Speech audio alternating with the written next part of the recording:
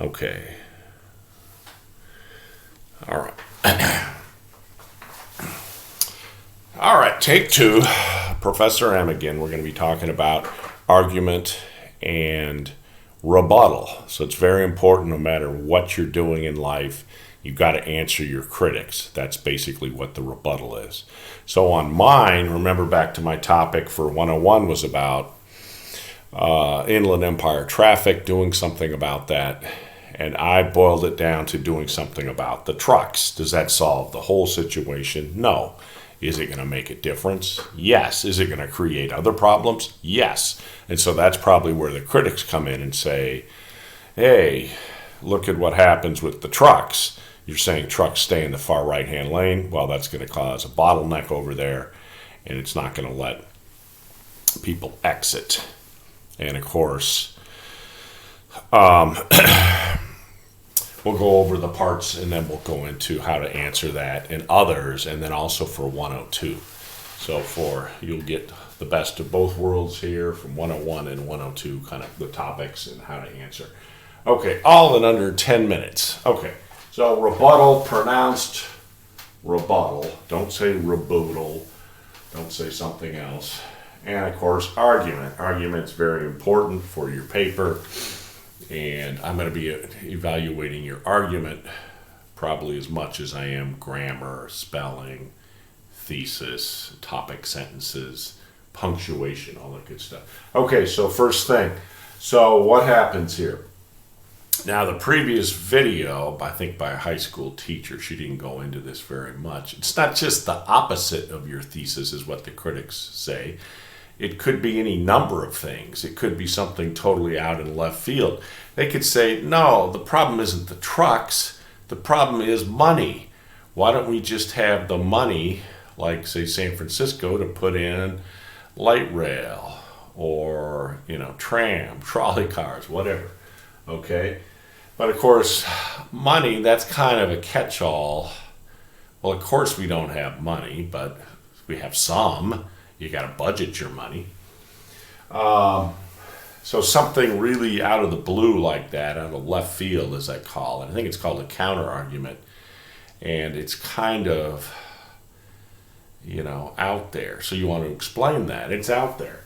So anyway, back to part one here. What critics object to in your thesis or solution, etc. So explain it in detail before you refute it. So before you answer the critics, you need to explain their point of view. How about 3, 4, 5 sentences? So if they say, no, it's not the trucks, Murphy, it's the lack of money. It's Inland Empire, we're kind of poor. So I'm going to go into detail and talk about that. It is a root problem in cities and counties that have less money. Look at how big San Bernardino County is, if you want to talk about a county and how they have to stretch the money to cover the whole county. And, so you want to explain it in detail, go into it. Okay? So you want to have 4, 5, 6 sentences. I'm just up at the 6 now, explaining what the critics would say. So then, number 2 or step 2, you want to respond. You want to say, yes, money is important, but the big issue here with the trucks isn't money, or with traffic. Okay, the issue is really power. It's about the trucking industry and their lobbyists in different states, especially California, filled with lobbyists, and so is Washington, D.C. So they're able to go into the third lane, and I just got back from a trip to the Bay Area, so I know this firsthand, that some of the trucks were in the third lane out of 4, and they weren't passing anybody. And of course I commented all the way and annoyed my daughter with that. Okay, so you need to respond, but give them a little bit of credit. Say, yeah, money is important. I wish we had more for the county and more to do with highways and traffic. Okay, not just the construction, but also with that. Although we did have we increased, remember, the gas tax, and that was an initiative a couple of years ago to collect money from the gasoline tax to improve our freeways, highways. Well, you could add lanes to do that. The problem is that it's just the cars fill up the lanes, so you got to do something about the trucks, my view. Okay.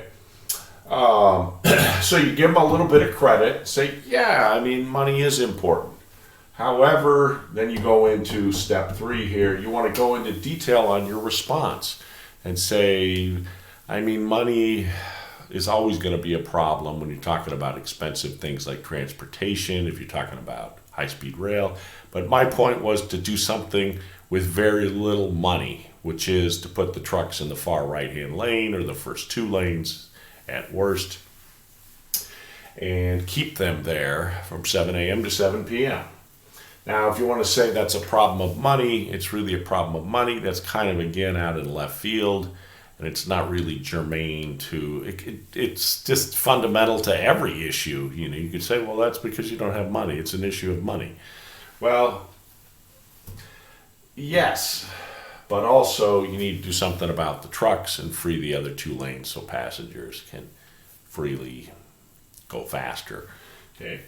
All right, so that's one way. Now, what if you're in 102? What would you say in terms of rebuttal? Let's take a different topic. So number 1, and if you're in 101, it doesn't matter. You could talk about COVID or whatever. We'll get to that in a second. Okay, so let's say you're writing about Othello and you're talking about women being mistreated in Othello, and you've got nice paragraphs, you've got quotations showing the mistreatment of Desi, Amelia, Bianca. Okay, so now you're going to get some kind of criticism. Okay, what's it going to be? And you're going to have to answer to it. Well, what is it? Well, Desdemona wasn't exactly subservient to her husband all the time. She spoke up. She took initiative to help Cassio get his job back. She disobeyed her father. She, overstepped her bounds in terms of the time period by not asking her father's permission before she married Othello. So she was a pretty liberated woman for that time, and maybe even for today. Okay, what else did she do to speak up? She questioned her husband and said, "No, don't kill me tonight. Wait till tomorrow." So she really gave him all the arguments, but of course he wasn't in a rational mood. With epilepsy, or whatever you'd call the Othello syndrome, that serious jealousy that might be related to not just a physiological state, but a biological state, maybe. Okay, so you want to give a little bit of credit here in number 2 and say, yes, Desdemona did speak up, she did have more power, but ultimately it didn't make any difference because her husband still smothered her and killed her right there, mistakenly, without looking at all the evidence. And of course, he realizes his mistake and commits suicide. But you want to say, yes, she did speak up. She did speak up for Cassio. I'll give you credit for that. But ultimately, it didn't make any difference there either. And if it weren't for the Duke stepping in and saying, Othello's a good guy. You're lucky, Rebuttal, that your daughter's married to Othello because he's a good man, good soldier, and all that. He's a leader. So that's how you want to respond to that. So again, you could say, no, look, Desdemona spoke up. She wasn't the typical woman. She was rather liberated for the time. And then you want to respond to that. Okay, so that's the rebuttal, is your response to the critics. Okay, let's go back to 101 here and talk about a different topic. Let's say vaccines, for example. Let's say you're writing about the anti-vaxxers. So, and you're criticizing them for not having all the information, and then what is some critic going to say? Say, well, it hasn't been proven that we need the vaccines yet, or it hasn't been proven that they're only for emergency use. We don't even have all the information on these things. Therefore, you should not get vaccinated because we don't have all the information. Wait for all the studies. Okay, we wouldn't do this with, we have much more rigorous studies, say for medications for heart disease or for cancer. You don't want to end up harming the person more than, if they didn't get the vaccine. Okay, so some are going to say, no, we don't have all the information, therefore no vaccines. Okay, then you need to respond to that and say, well, you're right to the extent that the vaccines are only approved for emergency use at this point, but we'll be continuing on the information. And then you want to go back to the CDC website, which says they don't contain preservatives, they don't contain latex, things that are going to make you sick.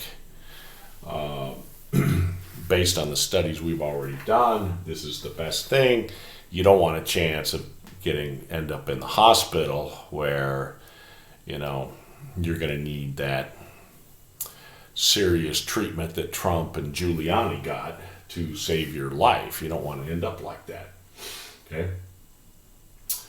So again, you want to compliment them and say, yes, it is only approved. The vaccines are only approved for emergency use. And the Johnson & Johnson or Jensen one, you want to be really careful, especially if you're a woman. I think it's been linked to birth control, women taking oral birth control. And that which in itself can cause blood clots. So there you go. There's a response there too. I mean, birth control by itself can cause blood clots in women, especially as they get older and they've been on the pill a long time. And then you want to go into more detail and try to fill out a whole page. Go back to your sources. I mean, based on the information we have right now, the vaccines are probably pretty good. Okay. Notice I said probably. You can hedge a little bit. Okay, then you want to go into that. Go back to the CDC website. Go into the studies. Go into how many people have had it around the world and how it prevents serious illness. And you could make analogy to the flu shot, which I get every year. One year, like 5-6 years ago, I got pneumonia. I was swimming in the pool in the wintertime in Yucaipa was unheated. I was the only one. It was an apartment complex, not my own pool, for those that need to know. And so after that, I always got the flu shot. My doctor said you need to get it probably in August or September. Is it perfect? Is it going to keep you from getting pneumonia? No. And this is what he told me before COVID. It's going to keep you out of the hospital. Okay. And of course, I did almost end up in the hospital when I didn't have the flu shot because pneumonia was affecting both of my lungs. Okay. So you want to have a good response. You want to have 5, 6, 7, 8, 10 sentences here at the end. And that's basically it. So again, you want to focus on your argument. You got to have an argument. The thesis is really the conclusion to your argument. So that's what you need to focus on. I'm going to be evaluating your argument, not just, as I said, topic sentences, thesis. Did you prove your thesis? That's what I want to know. Did you prove your thesis? Did you fight off the critics, so to speak? Okay, you want to be polite when you're responding. The 101 textbook talks about that, being polite and not coming across as a jerk, arrogant. So you want to just play it off, and I think we've kind of lost that where we don't have debates like that. We have to have a big drama show on cable news, and if they even have people on there to debate their points, which they usually don't, which I think would make it a lot more interesting. But so that's the basics of it. You've got to have rebuttal. You've got to have, and rebuttal, that's just basic to any paper, any research, again, in the courtroom, in debate, at your job. You're going to be asked questions that criticize it, your product, whatever. And so you're going to have good responses. And you're going to have to be nice about it. You can't be a jerk. You can't be pompous. You can't be arrogant. Okay. Having said that, I'm signing off. Thank you very much for your attention. And please make comments. Okay. Bye.